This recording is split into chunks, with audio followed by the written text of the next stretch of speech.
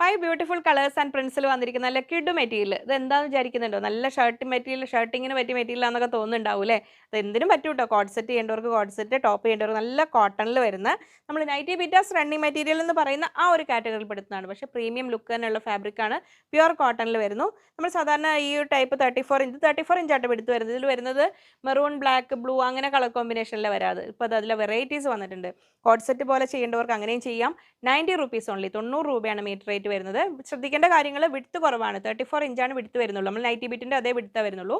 അപ്പോൾ ടോപ്പ് ചെയ്യുന്നവർ 2.5 മീറ്റർ എടുക്കുന്നവർ എന്തായാലും 3 3.25 പ്ലസ് സൈസുള്ളവർ 3.5 മീറ്ററിന് എടുക്കാൻ ശ്രദ്ധിക്കുക. നൈറ്റി എടുക്കുന്നവരാണെങ്കിലും കുറച്ച് ലെങ്ത് ഒക്കെ ഉള്ള നൈറ്റിയാണ്, സ്ലീവ് ഉള്ളവരാണെങ്കിൽ കുറച്ചുകൂടെ കൂടുതലായിട്ട് എടുക്കാൻ ശ്രദ്ധിക്കുക കേട്ടോ.